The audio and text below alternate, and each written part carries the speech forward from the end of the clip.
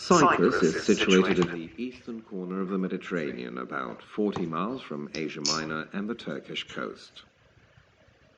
During its long and turbulent history, it went through periods of great prosperity and subsequent decline. This was particularly evident in medieval times, when the island was captured by the Turks in 1570 and was left moribund for the next 300 years of Ottoman rule. Cyprus remained a relatively underdeveloped country until well into the 20th century. In spite of the improvements that were made during the 90 years of British rule, which began in 1878. The story of the Cyprus Railway starts here as well.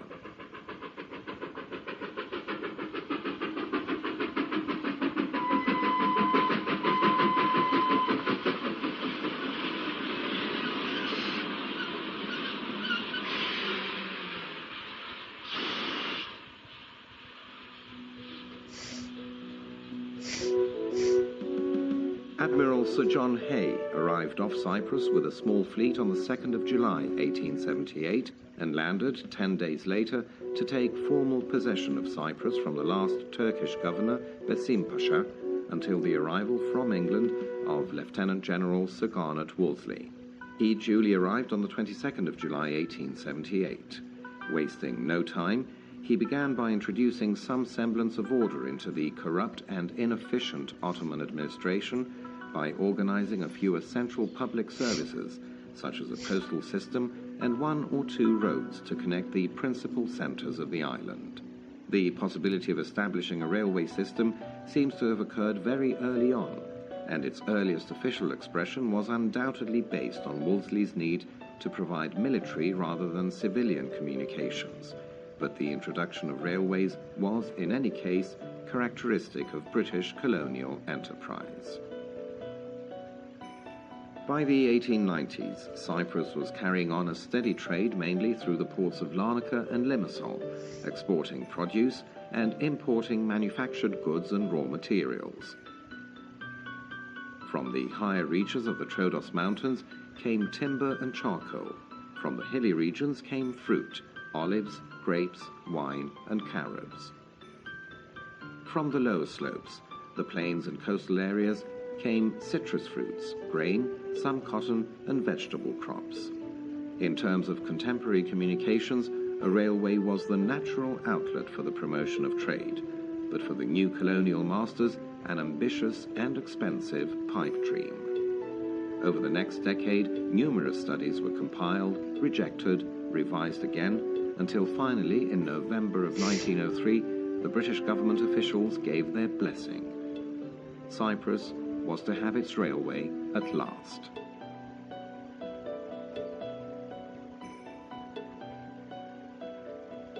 The question of a railway system in Cyprus had always been considered in the context of linking it to one of the ports.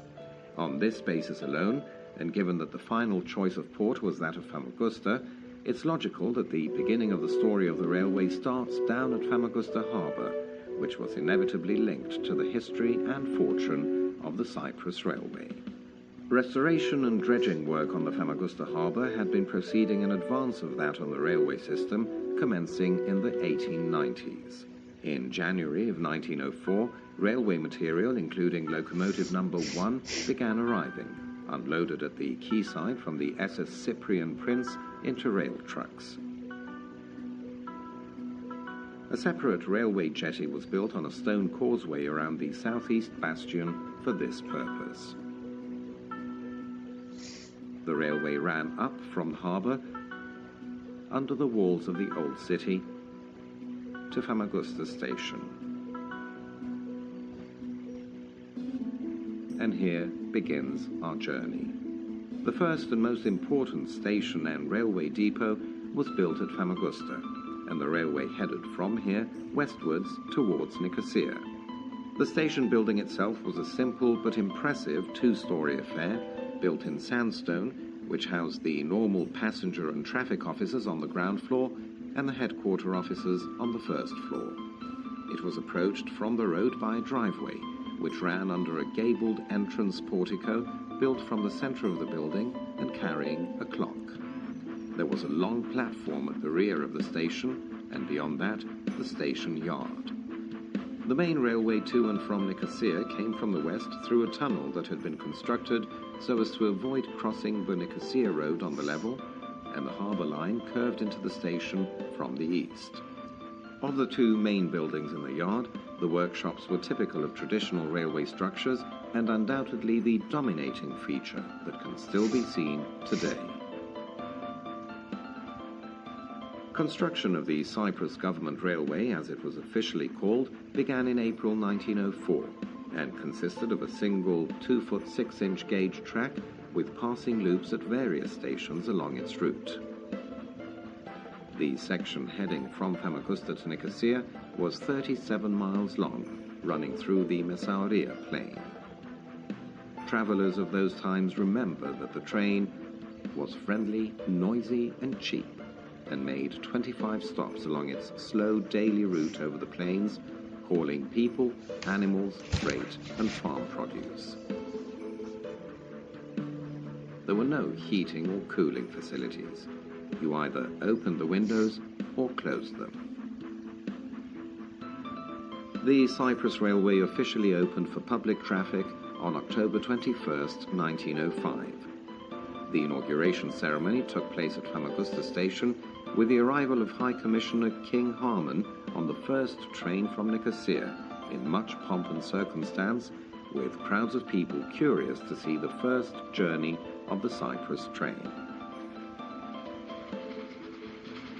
By December 1907, a further 24 miles had been added from Nicosia to Morphou in the west.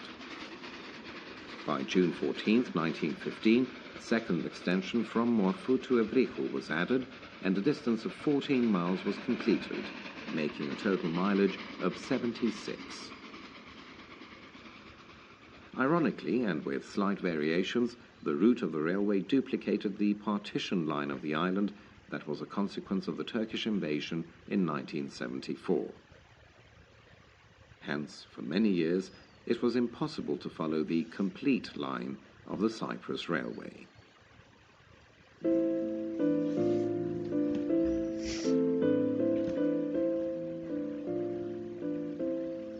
Margaret Sessions, headmistress of the Sessions School in Nicosia in the 1940s, remembers.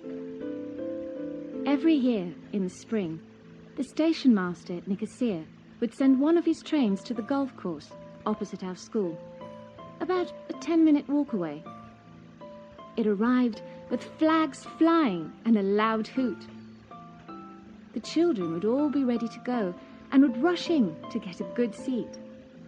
Some of the older boys were allowed in the driver's cab to help steam the train. We took a large kettle with us, which the driver heated up for our tea.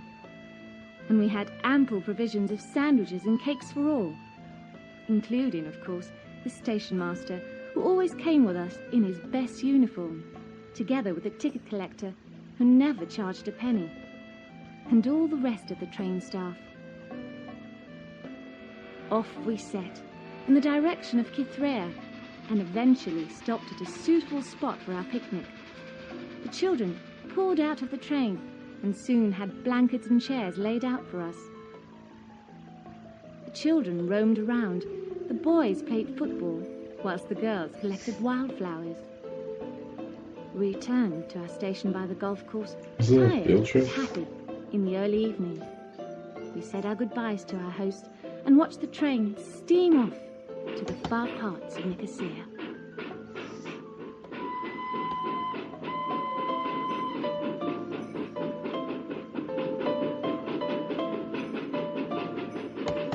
Oh, well, this is like a 30-minute documentary on this as well. I think that's from 1900 to 1940-ish. Cyprus.